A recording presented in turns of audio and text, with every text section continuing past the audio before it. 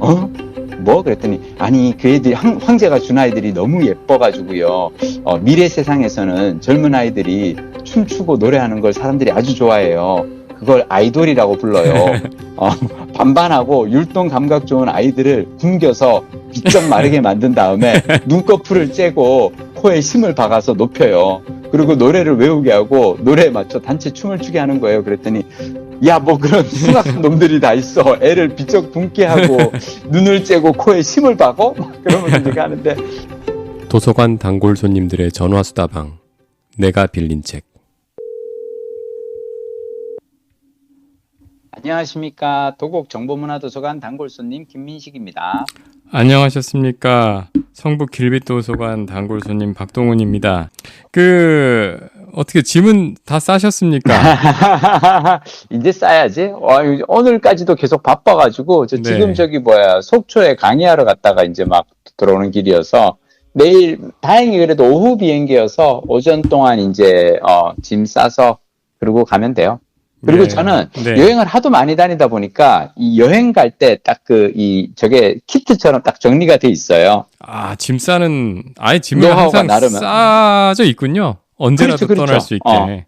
그리고 여러분이 나중에 이제 해외여행을 이렇게 많이 다니시게 되면 여러분이 또 생각하셔야 될 거 뭐냐면 메모장에다가 그 짐꾸리기 메모가 딱 있어요. 그래서 해외여행 갈 때는 제주 여행 갈 때는 이 메모 딱 그게 있고, 그리고 제가 또 되게 해외여행 갈 때 꼭 되게 중요하게 생각하는 것 중 하나는 뭐냐면 파우치가 있어요. 작은 파우치. 그 작은 파우치 안에 여행 가서 해외에서 꼭 필요한 것들, 뭐, 잭이라든지 아니면은 약이라든지 뭐 이런 것들을 다 이렇게 평소에 잘 보관을 해두기 때문에 여차하면 그냥 그것만 딱 들고 가도 사실은 크게 이제 뭐 문제가 없을 정도로. 그래서, 그러니까 이게, 뭔가를 계속 반복적으로 한다는 건 결국은 루틴이 만들어지고, 이렇게 뭔가 습관이 만들어지기 때문에 이제는 여행 짐꾸리기가 그렇게 뭐 어렵지도 않아요. 이야, 이 프로 트래블러? 프로페셔널 그렇죠. 트래블러의 짐 싸기. 근데 개인적으로 나는 배낭 여행을 다니는 사람으로서 제가 항상 사람들한테 하는 얘기가 뭐냐면 짐을 저는 극단적으로 줄이고 다니거든요. 극단적으로 줄인다. 극단적으로 줄여요. 그리고 얼마나 줄이십니까?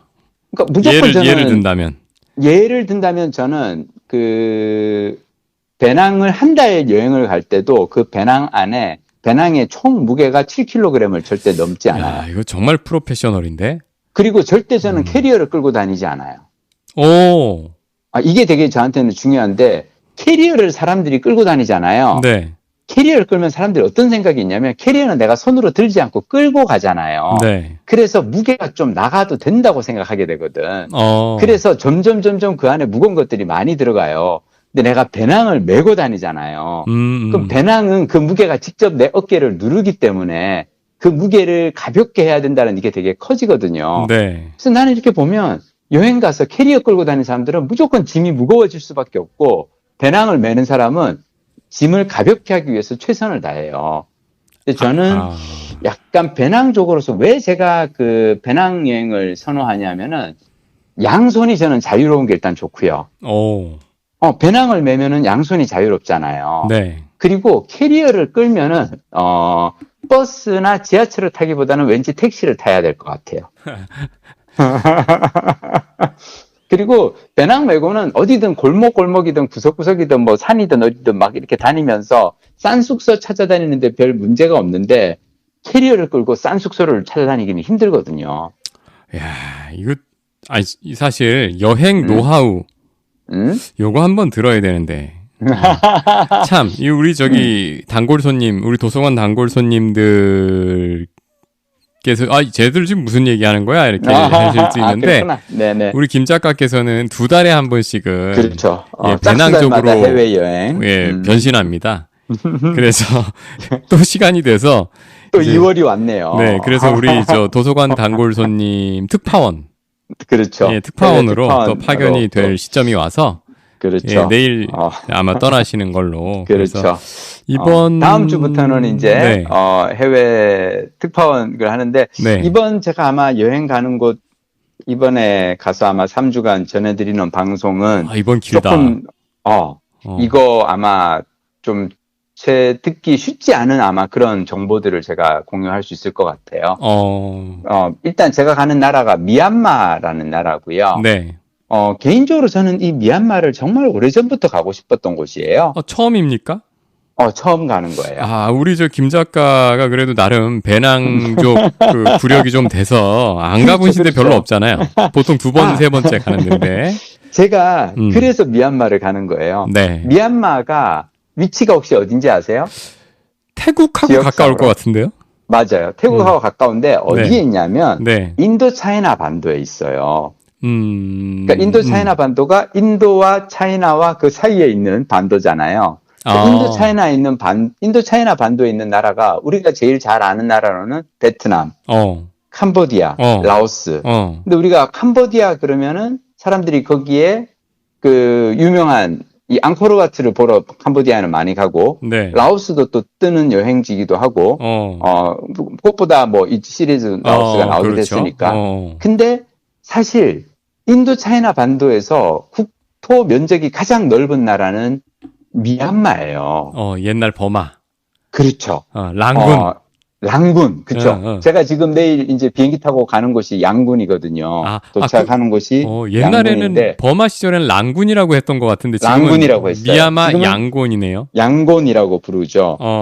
근데 저는 사실은 인도 차이나 반도의 다른 나라들을 저는 다 좋아했단 말이에요. 베트남 워낙 좋아하기도 하고 라오스도 좋았고 다 좋았는데 미얀마만 못 갔었는데 이제 한번 가봐야겠다라는 생각이 들었고요. 그리고 미얀마는 워낙 나라가 커서 한 3주 정도 지금 잡고 가는데 미얀마 소식은 제가 다음 주부터 또 전해드리도록 하겠습니다. 그 미얀마가 사실 몇 년 전까지만 해도 그 기업들한테 마지막 남은 기회의 땅이다. 맞아요. 네, 그런 얘기를 제가 신문에서 본 적이 있고 맞아요. 또 제 학교 때 선배가 서클 선배가 SK텔레콤에서 미얀마를 개척하러 들어가시기도 했었어요. 그래서 근데 하여튼 그렇게 막 그러니까 다른 나라들은 이미 다 진출을 해가지고 기업들이 마지막으로 미지의 땅이 어디야 하고 남겨둔 데가 미얀마라서 막 물밀듯이 들어갔다가 어떤 뭐 거기 또 뭐 소요 사태 있고 정치적인 불안이나 이런 것 때문에 또 일제히 다 철수해서 거기까지 듣고 제가 끝난 것 같고 마지막으로 미얀마를 본 거는 그 영화 헌트 헌트의 배경으로 봤던 기억이. 아웅산 거기서 맞아요. 맞아. 1980년대 우리의 그 또 역사의 현대사의 한 장면이었긴 하죠. 근데 아니 가도 되는 됩니까? 위험 지역 아닙니까? 거기가 이제 이 버마 미얀마 소수민족하고의 이 분쟁은 있는데 그거는 소수민족하고의 분쟁은 그 국경 지역에 있어요. 그리고 내가 아까 얘기했다시피 이 나라는 워낙 넓은데 우리나라 6배예요. 우리나라의 6배가 되는 그 영토를 가지고 있기 때문에 그러니까 제가 가는 수도라든지 뭐 여기는 사실은 여행하는데 크게 그건 없고요. 그러니까 물론 이제 저도 조심해서 다니긴 하는데 저는 사실 지금 말씀하신 것처럼 저도 이곳이 미지의 땅이고 배낭적으로는 저한테는 꼭 한번 가보고 싶었던 나라거든요. 이거 왠지 고생길이 좀 고생길은 저도 그렇잖아도 딱 예상이 되는 건 딱 저거예요. 일단 여기가 데이터 로밍이 안 되더라고요. 일단 저기 데이터 로밍 제외. 그러니까 이게 뭐냐면 그 로밍을 알아보려고 했더니 로밍을 하기는 해요. 저는 왜 로밍을 해야 되냐면은 우리 박동 부장님하고 전화 통화를 해야 되잖아. 안 될 수도 있겠구나. 아니에요. 전화 통화 무제한 무료를 제가 받아가요. 근데 이거는 통화만 그래요. 통화만 그렇고 이 데이터는 무제한이 아닌 거예요. 그 미얀마 이유가 뭘까요? 그 형님이 진출 SK텔레콤 깔러 갔는데 안 됐구나. 그럴 수 있고 내가 보면은 이게 아마 북한하고 비슷한 그건데 정치적으로 좀 약간 왜 이 군부 독재가 있거나 이런 나라들은 인터넷을 통제를 하잖아요. 아마 그렇기 때문에 여기가 데이터 로밍 무제한 이런 거는 이제 안 풀고 있지 않을까. 아무래도 인터넷을 통한 정보 통제가 있기 때문에. 근데 전화 통화는 사실은 그렇지는 않잖아요. 네. 그래서 여기서 전화 통화는 가능한데, 그래서 일단 약간, 근데 뭐 저는 사실은 원래 뭐 20년 전부터 배낭여행 다닐 때 그때 뭐 데이터 로밍 없이 늘 다녔으니까.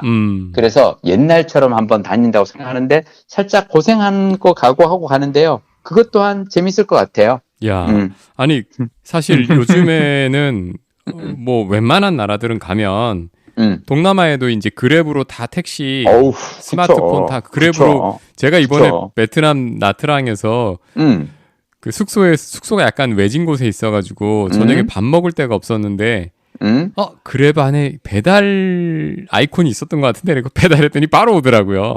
이야. 아니 그럼 가서 배달 음식까지 시켜주시고 진짜 알차게. 아니 근데 그러니까 사실 아무리 좀 이게 좀 저개발 국가도 스마트폰으로 오히려 해결이 다 되는데 지금 여기는 그게 안 된단 말이에요. 맞아요. 야, 그러면 이런 여행은 꽤 오랜만이실 것 같은데요. 그렇죠. 가서 한번 또 이제 부딪혀 보고 그거는 또 제가 다음 주부터 현지에서 소식 한번 전해드리도록 하겠습니다. 그러면은 어디 뭐 숙소가 미리 예약이 돼 그거는 있다거나. 숙소는 저는 다 예약을 해요. 그리고 여기가 숙소 예약을 해야 되고요. 네. 여행자 보험을 들어야 돼요. 그거 없이는 비자가 안 나와요. 오, 비자도 받으셨어요? 미얀마는 비자를 또 받아야 돼요. 야, 베트남처럼 이렇게 막 그 여행 막 갈 수 있는 그런 나라가 아니에요. 여기는 우리나라에서 그런 나라 이제 별로 없는데. 미얀마는 비자를 받아야 되고 비자 신청할 때 왜 그 출국 항공권이랑 그리고 해외 여행자 보험이랑 그리고 예방 주사? 예방 주사는 필요 없어요. 근데 하여튼 그것까지 다 이제 그걸 해야 된다 그래가지고 하여튼 저는 이번 미얀마 여행 또 다녀와서 한번 여행기를 한번 블로그에서 연재를 해볼 건데 개인적으로 저는 재밌을 것 같아요. 왜냐하면 많이들 가기가 힘든 곳이니까. 그러니까 저처럼 왜냐하면 여기가 아까도 얘기했다시피 땅이 워낙 넓어서 단기간에 가서 한 7일, 열흘 이렇게 해서는 다 볼 수가 없는 곳이에요. 땅이 워낙 넓어. 우리나라 6배니까 그렇잖아요. 네. 그래서 저는 가서 국내선 비행기 타고 이동할 거거든요. 미얀마 안에서도. 그렇게 하면서 다녀서 그나마 3주에 이제 근근히 다고 하는데 저처럼 조금 그나마 여유 있게 여행 장기 여행 갈 수 있는 사람들이 아니고서는 미얀마나 가기가 쉽지 않은 곳이라서 제가 이번에 가서 한번 이 여행 루트를 한번 개척을 해보려고요. 그리고 사람들에게 최적의 코스를 또 한번 추천을 해보고 싶습니다. 저기 여행 계획 짤 때 정보 얻기가 수월하시지 않았을 것 같은데 그래도 책 같은 우리 거 나와 또 있나요? 책은 다 있잖아요. 그런가? 그리고 미얀마가 은근히 배낭족들의 로망이고 많은 여행자들이 좋아하는 나라이기 때문에 책은 많이 있어요. 그래서 책들 보면서 이제 가기 때문에 크게 겁은 안 나요. 아니 아까도 저 짐을 7kg 이내로 싸신다고 했잖아요. 네. 사실 3주는 짧은 기간이 아니고 그리고 이게 사실 선진국 뭐 이렇게 인프라 잘 돼 있는 나라는 가서 뭐 없으면 사면 되지만 그렇지. 여기는 그게 어려울 수도 있는데 그러면 어떻게 하는 줄 알아요? 어떻게 하나요?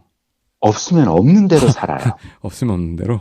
이게 되게 중요해요. 난 사람들한테 얘기를 하는 게 저는 사실 제가 배낭여행을 다니면서 가장 크게 배우는 것 중 하나는 뭐냐면 우리 삶에 그닥 그렇게 많은 물건이 필요가 없구나 하는 걸 저는 배낭여행을 하면서 깨닫거든요.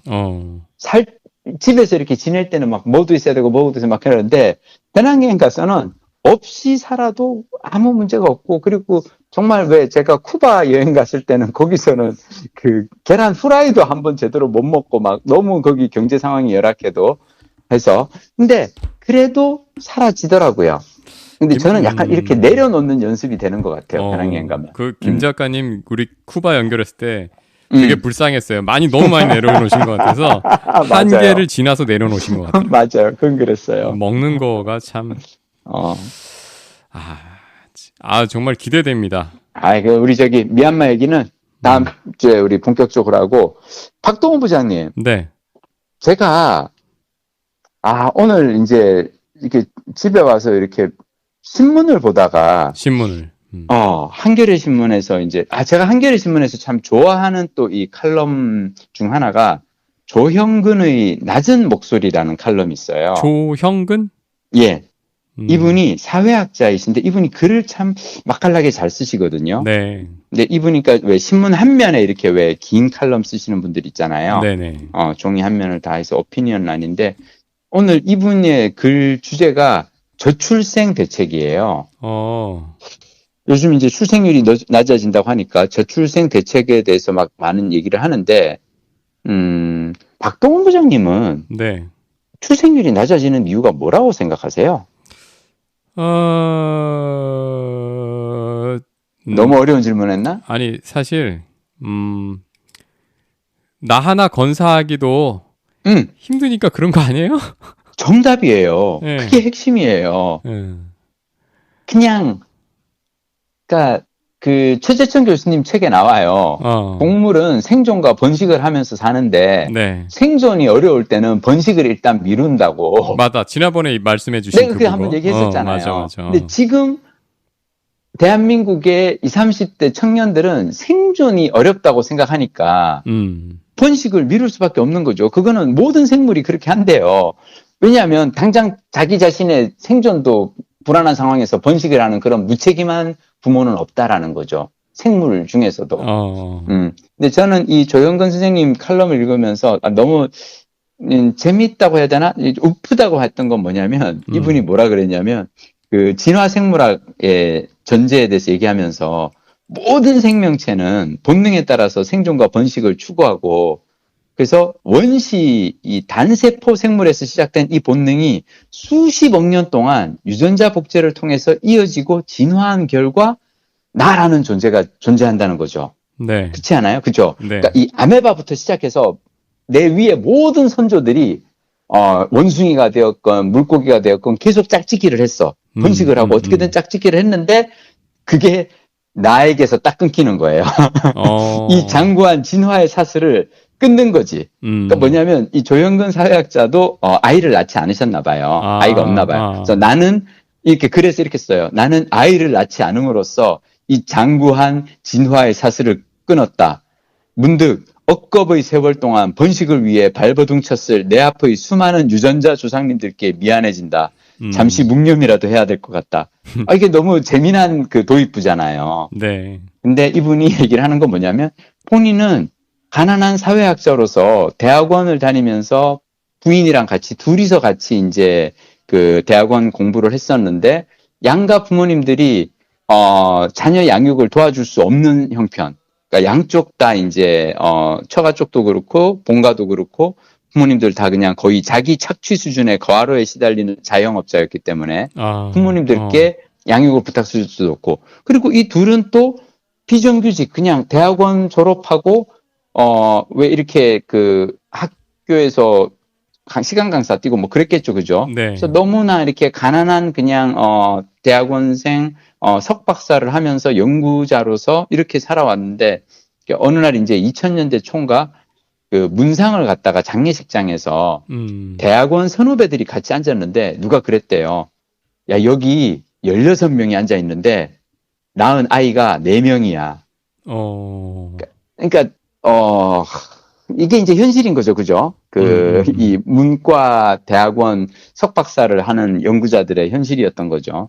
근데 이분이 책에서 이분이 이 신문 칼럼에서 얘기하는 건 뭐냐면 본인이 출산을 단념한 건 선택이었는데 지금의 청년들이 결혼하지 않고 아이도 낳지 않는 건 선택이 아니라 강요된 운명이라는 거죠. 삶이 너무 힘들기 때문에. 그래서 저는 사실은 이 글을 읽으면서 이 글에서 제일 핵심은 그거예요. 최상위 국가들에서 정규직의 안정성과 비정규직의 고임금은 선택의 문제다라고. 이게 확 와닿았던 게 제가 예전에 95년도에 호주 배낭여행을 한 달 정도 간 적이 있거든요. 네. 그때 나는 그 원예 일하시는 그러니까 이 정원사라고 하죠 우리가 흔히 네. 그 가드너 집에서 제가 한 일주일 동안 묵은 적이 있었는데 그 집 남편이 너무 행복하게 잘 살았거든요. 네. 그냥 고등학교 졸업하고 그냥 정원사로 일을 하는데도 임금 수준이 상당히 높았단 말이야. 근데 왜 우리가 선진국이라고 하는 나라들이 좀 그렇지 않아요?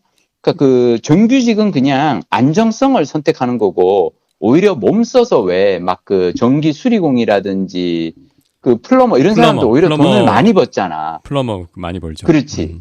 배관 수리공 이런 분들 돈을 많이 벌잖아요. 그러니까 험한 일을 하는 사람들은 돈을 많이 벌고 좀 편한 일을 하는 사람들은 돈은 좀 적더라도 안정적인 일을 하는 거고. 그러니까 이런 선택의 여지가 있는데 우리나라는 그냥 정규직이 고임금을 받아가고 비정규직이 저임금에 시달리면서 완전 승자 독식이라는 거지.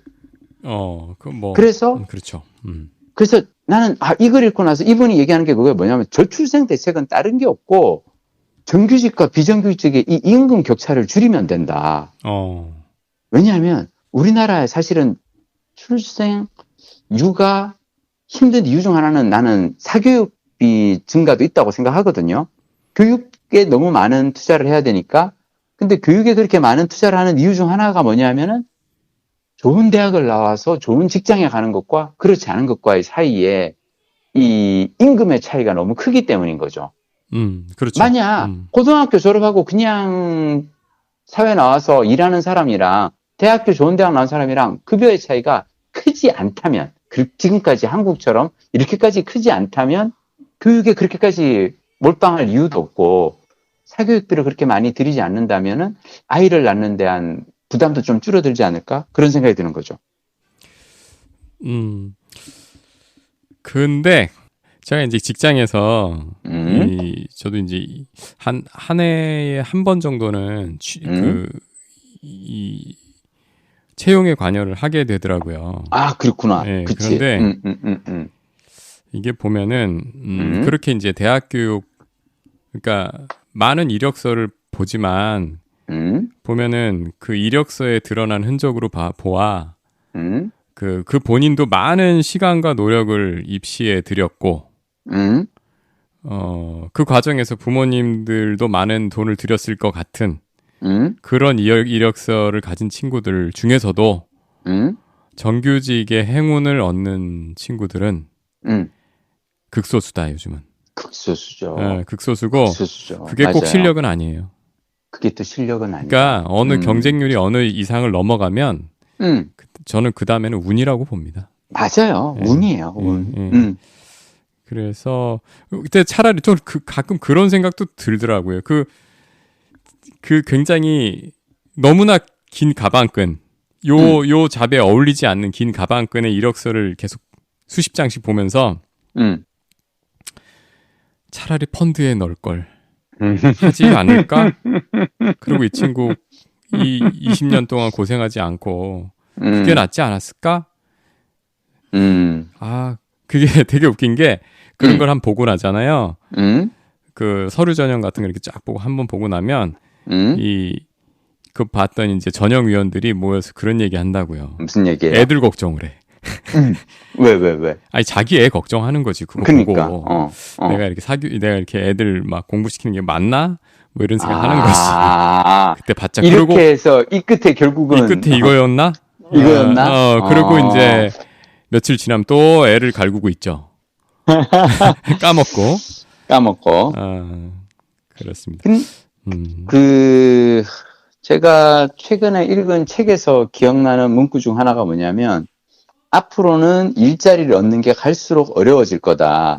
근데 이런 시기에 왜 사람들이 경제 위기가 와서 갑자기 이 고용이 어려워지면 고용 시장이 경색이 되면 사람들은 뭘 하냐면은 그래 어차피 지금은 사람들 안 뽑고 취업이 안 되니까 그 기간 동안 공부를 해야겠다라고 해서 유학을 간다든지 대학원에 들어간다든지 박사를 한다든지 막 그러잖아요. 근데 그 책에서 그 경제학자가 하는 얘기는 뭐냐면 그러지 말고 취업이 안 되더라도 그러면 기준을 낮춰서라도 갈 수 있는 곳에 일단 들어가라. 왜냐? 공부를 해서 공부에 더 투자를 해가지고 2년 후, 3년 후에 나왔을 때 그만큼 투자한 만큼 성과가 있다는 보장이 절대 없다.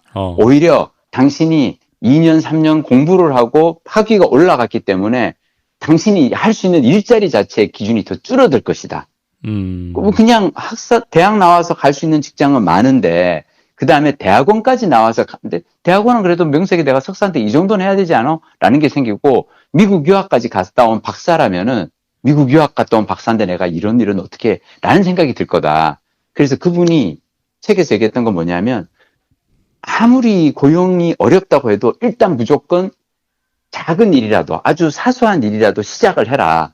그리고 그 일에서 경험을 쌓으면서 더 나은 일자리로 올라갈 수 있도록 노력을 하라라고 하는데, 저는 그게 되게 와닿았어요. 지금 말씀해 주신 내용이 그 조형근의 낮은 목소리 칼럼?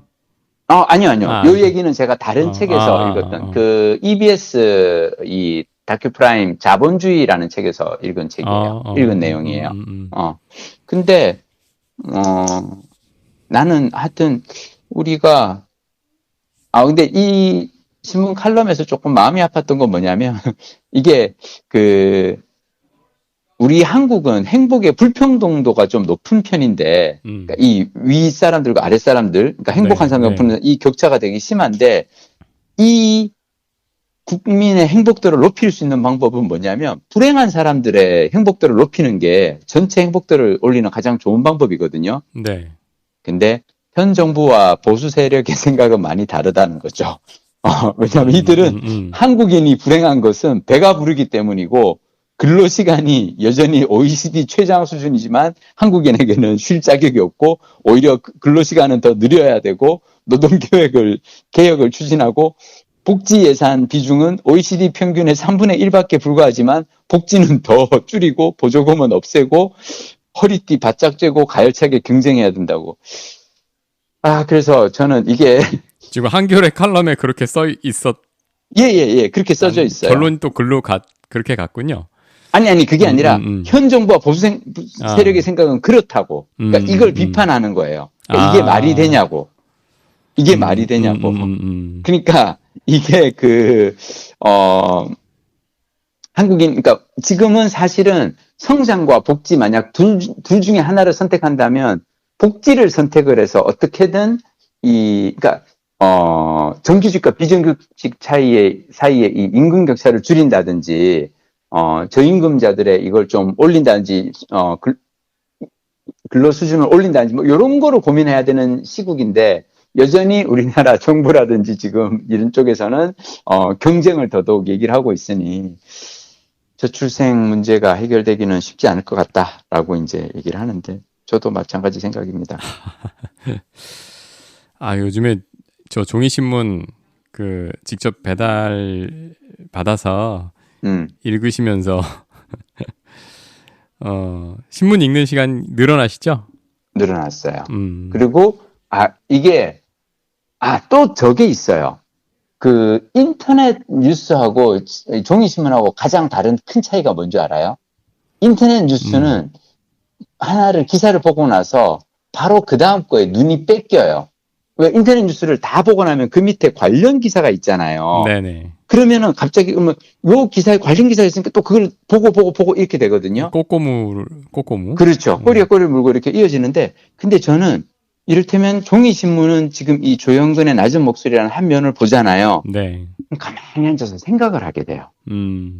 왜냐면 여기서는 이어지는 게 없잖아요. 뒷면에는 다른 그냥 사회면으로 가버리니까 이걸 놓고 가만히 생각하는 거예요. 그러다 보니까 이걸 그럼 어떻게 해야 되나, 이게 진짜 저출생이라는 거는 심각한 문제인데, 그런 생각을 하게 되고. 하이퍼링크가 없는 게 더 나은 경우도 있군요. 그렇죠. 저는 그렇게 생각해요. 근데 우리 오늘 넘어가는데 우리 박동부. 미얀마 전날이라. 그렇지. 미얀마 전날이기도 하고.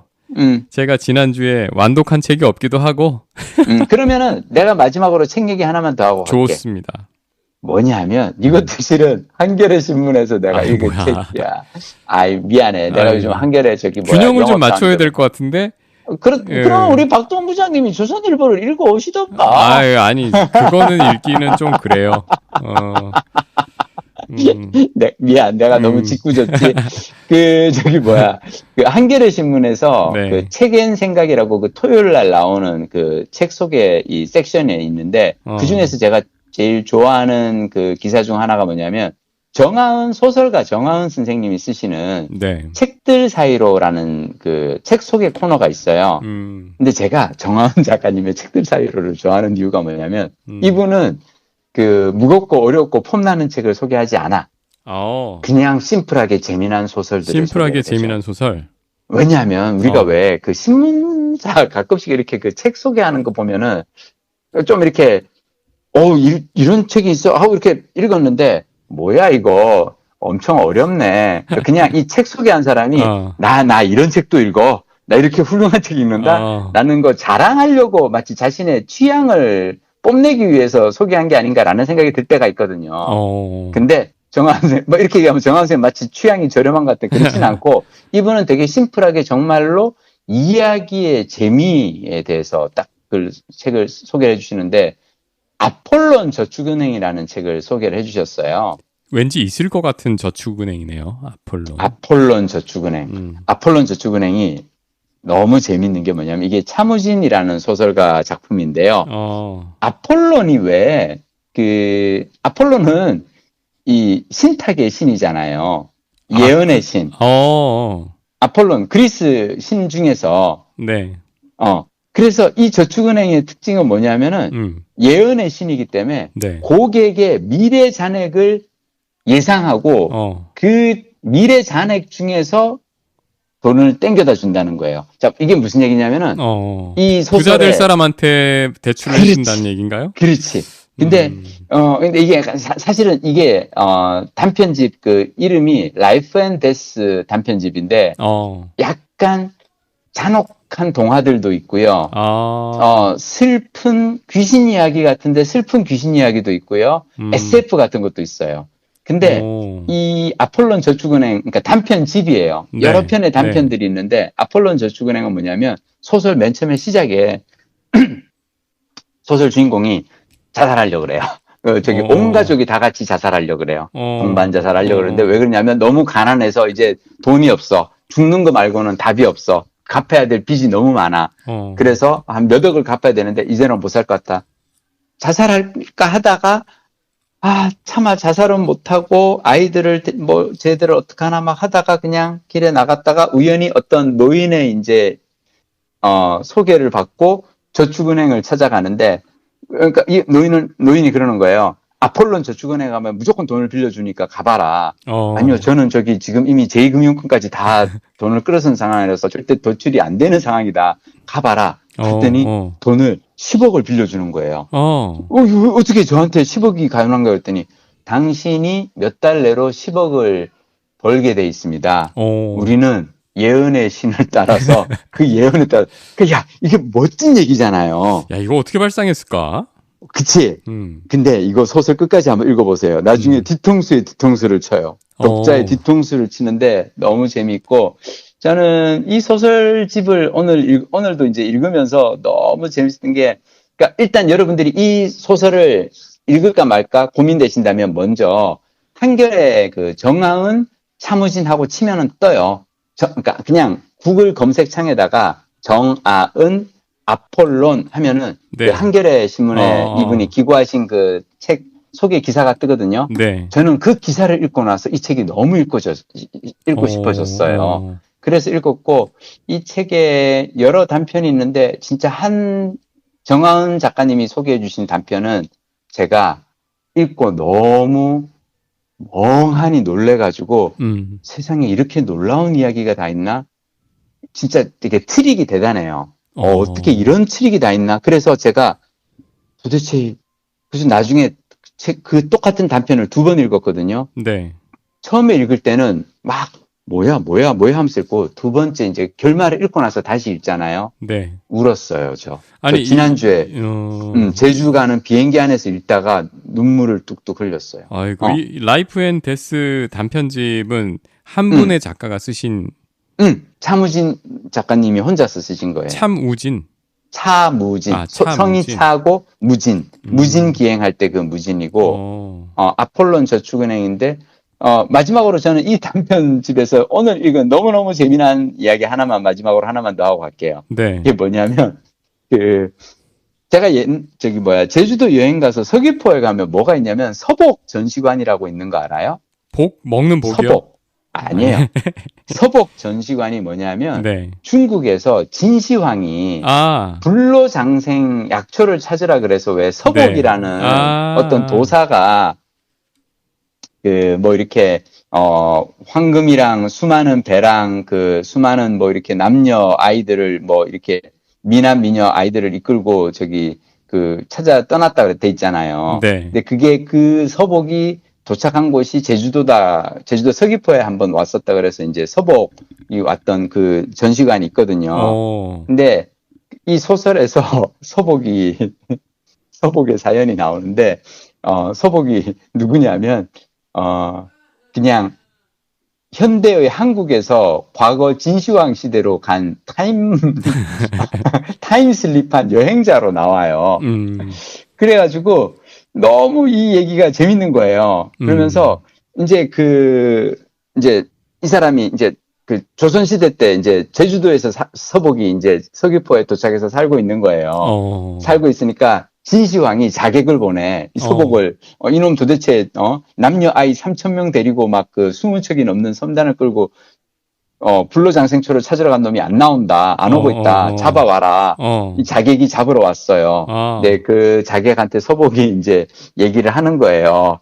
나 실은 저기 미래에서 온 사람인데, 그러면서, 야, 그러면 저기 왜 그 뭐 이렇게 남녀 아이들 데리고 왜 간 거냐 했더니, 아니, 그 남자 10명, 여자 10명을, 진시황한테, 달라고 했던 건 뭐냐면, 궁궐에 제일 예쁜 남녀 아이들 10명씩을 데려가서 노래 단체를 만들려고 그랬다. 그래서 아이돌 연습생 팀 만들려고 그랬다. 그래서, 뭐? 그랬더니, 아니, 그 애들, 황제가 준 아이들이 너무 예뻐가지고요. 미래 세상에서는 젊은 아이들이 춤추고 노래하는 걸 사람들이 아주 좋아해요. 그걸 아이돌이라고 불러요. 반반하고 율동 감각 좋은 아이들을 굶겨서 비쩍 마르게 만든 다음에 눈꺼풀을 째고 코에 심을 박아서 높여요. 그리고 노래를 외우게 하고 노래에 맞춰 단체 춤을 추게 하는 거예요. 그랬더니 야, 뭐 그런 흉악한 놈들이 다 있어. 애를 비쩍 굶게 하고 눈을 째고 코에 심을 박어? 막 그러면서 이렇게 하는데, 그러니까 약간 그 시절에 진시황과 서복의 이야기를 타임머신 여행자라고 이제 이거를 해석을 해서 약간 SF처럼 이 얘기를 만들었는데 너무 재밌어요. 여러분들께. 사실 요즘 재밌는 스토리들은 다 웹툰 쪽으로 간 줄 알았더니 아니네요. 대한민국은 이제는 재미난 얘기들이 너무 많은 것 같아요. 이런 소설에서도 재미난 얘기가 너무 많고요. 그래서 아폴론 저축은행 단편집이니까 제가 사실 지금 이거 뒤에 몇 편 남겨놨어요. 왜냐? 혹시 미얀마 여행 갔다가 정 심심하고 힘들 때는 이제 아껴 먹으려고 곶감 빼먹듯이. 야, 저 도서관에 한번 찾아봐야겠습니다. 네. 참고로 예스24 북클럽 하시는 분들은 크레마 클럽에 있으니까. 아니, 왜 내가 찾는 책들은 크레마에 없어서 크레마 끊었는데. 나는 그래서 내가 크레마하고 나하고 이게 합이 잘 맞다는 거야. 합이 잘 맞으시는 것 같아요. 나는 정하은 그 선생님의 이 추천을 보고 하고 혹시나 해서 크레마 클럽에 찾아봤더니 바로 나오는 거야. 근데 이게 합이 잘 맞는 이유가 뭔 줄 알아요? 내가 너무 많이 찾아서 그래. 내가 읽고 싶은 책이 너무 많으니까 그 안에 얻어 걸리는 게 있는 거야. 무슨 말인지 알겠죠? 알겠습니다. 읽고 싶은 책이 많아야 돼, 일단은. 그러네. 근데 저도 읽고 싶은 책은 많이 있기는 한데 읽어야 된다고 생각하는 책들에 밀려서 읽고 싶은 책을 못 읽고 있네요. 보니까. 그게 계속되잖아요. 네. 그게 계속되잖아요. 네. 그러면 독서의 즐거움이 조금씩 줄어 들어가요.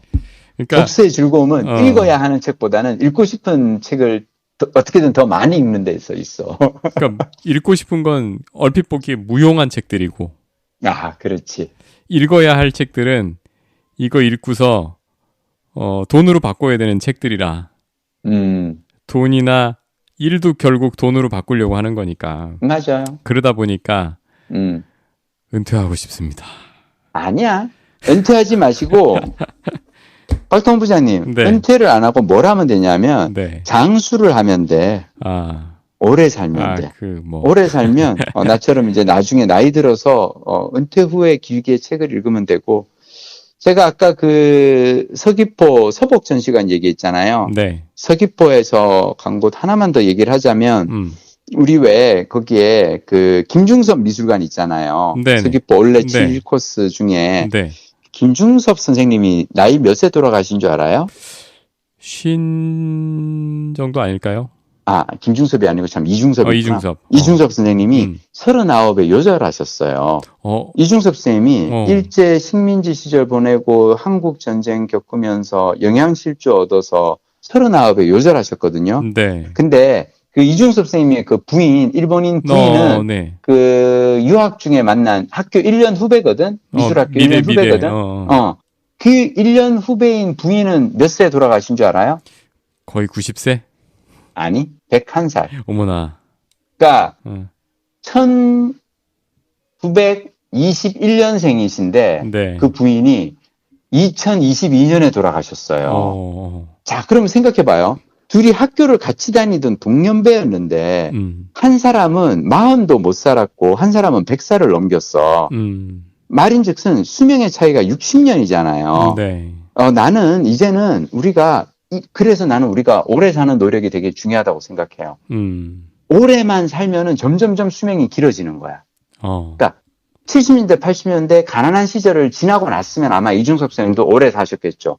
나는 이중섭 선생님하고 너무 마음이 아픈 게 뭐냐면 그분이 조금만 더 오래 사셨으면 본인의 그림이 유명해지고 세계적인 화가가 되는 것까지 보고 가셨으면 얼마나 좋았을까. 저는 우리가 이제 오래 사는 걸 목표로 삼고 그리고 한 100살까지만 살면은 뭐 노후에 한 30년은 우리가 읽고 싶은 책 마음껏 읽으면서 살 수 있지 않을까? 그래도 이번 주에 그 우리 성북 길빛 도서관에 미생 15, 16, 17, 18권이 들어와서 그거 18권 중간까지는 봤네. 그거 보다가 딴 책 못 봤구나. 근데 그거 아주 경쟁이 치열하더라고요. 네, 저희 성북 길빛 도서관은 만화책 대출은 안 되거든요. 그래서 그 자리에서 봐야 되니까. 내가 옆에 쌓아놓고 보고 있는데 어떤 한 40대 남자분이 오셔서 이거 뒤에 거 먼저 보면 안 될까요?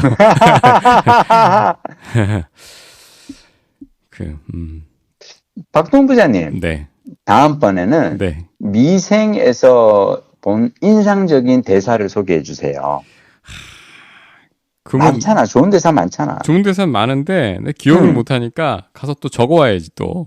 그게 내가 왜 이 얘기를 하냐면은 그냥 보고 만 게 아니라 내가 이걸 소개하겠다라고 생각하면은 훨씬 더 읽고 나서 남는 게 생기거든요. 그렇구나. 한번 해봐요. 우리. 네네. 근데 미생의 직장인들은 너무 진지해. 그렇게 생각하면 힘들어. 실제로 그렇지 않잖아요. 근데 박동훈 부장님 너무 진중해. 박동훈 부장님 그런 얘기 할 그게 아닌 게 아니 누가 우리 보면 그럴 거야. 아니 저 아재들은 둘이서 일주일에 한 번씩 뭐 저렇게 진지하게 책 얘기를 하나. 남들은 그냥 술집에서 앉아서 그냥 편하게 사는 얘기 할 텐데 왜 저렇게 진지한 책 미생의 대화들은 너무 정제돼가지고. 그래? 아니 무슨 5년도 안 된 그 젊은 사원들이 말 한마디 행동 하나하나의 의미를 부여하며 막 이게 왜 그런 줄 알아요? 왜 그런 줄 알아요? 왜 그래? 난 알거든. 왜?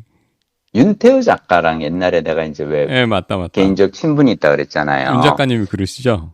윤 작가님이 얘기를 하시더라고요. 본인이 처음에 그분이 고등학교 졸업하고 아마 서울로 그냥 바로 올라오셨잖아요. 네. 만화가가 됐던 일념으로. 그리고 허영만 화실 근처를 이렇게 배회하다가 음마 아파트. 거의 이제 막 배회하고 막 약간 이제 그냥 저거 비슷하게 이렇게 노숙 비슷하게 하면서 그러다가 이제 우연히 이제 허영만 쌤 눈에 들어서 그걸 했는데 이분이 그림을 그리면서 맨 처음에 이제 문화생으로 있다가 자기 작품을 시작을 했는데 그림은 자신이 있었는데 이야기가 안 나왔다는 거예요. 그래서 초반에 이렇게 몇 번의 좌절을 하고 나서 이분이 느낀 게 뭐냐면 본인은 만화가는 그림을 잘 그리는 사람이라고 생각했는데 아니구나. 스토리가 중요하고 대사가 중요하구나. 그래서 이분이 태백산맥을 필사를 했다 그래요. 맞아. 그 얘기 들었어. 그러니까 좋은 소설을 보면 좋은 대사를 베껴 쓰고 받아 쓰고 하면서 만화의 대사를 마치 소설의 대사처럼 이걸 정갈하게 되게 이렇게 좀 고민을 많이, 그래서 아마 제 생각에 미생 대사를 많이 이제 지금 우리 박동부 부장님이 얘기하신 것처럼 그런 대사가 나오는 이유가 어쩌면 윤 작가님의 어떤 그런 그게 있지 않을까라는 생각이 듭니다. 나 거기 좀 빈틈 많고 허술한 그 리얼한 인간들이 좀 늘었으면 좋겠어요. 아하, 그것 또한 되게 좋은. 우리 지금 생각이 안 나. 우리 작가님 이름이 생각이 안 나. 윤태호 작가님 혹시 들으시면 19편에 그 한성률이 그래도 그나마 약간 좀 허당이잖아요. 그런 친구 좀 한둘 좀 더 넣어주세요. 아하, 맞아. 근데 사실은 인간적 매력은 허점에서 나오죠, 그죠? 예. 맞아요. 그건 그래. 나중에 걔가 사장 될 거야. 실제. 알았어. 자, 짐 빨리 오늘 좀 일찍 주무셔야 되는데. 일찍 자고 내일 아침에 일어나서 짐 싸서 가면 돼. 우리는 일주일 뒤 미얀마 특파원으로 인사드리겠습니다. 꼭 국제전화 되는 회선 찾으셔서. 알겠습니다. 네, 통화. 예. 안 되면 뭐 우리 카카오적으로 한번 해보죠. 더 안 될 것 같은데. 그러게. 알았어. 뭐 안 돼도 이해하겠습니다. 알겠습니다. 예. 고생했습니다. 다음 주에 만나요.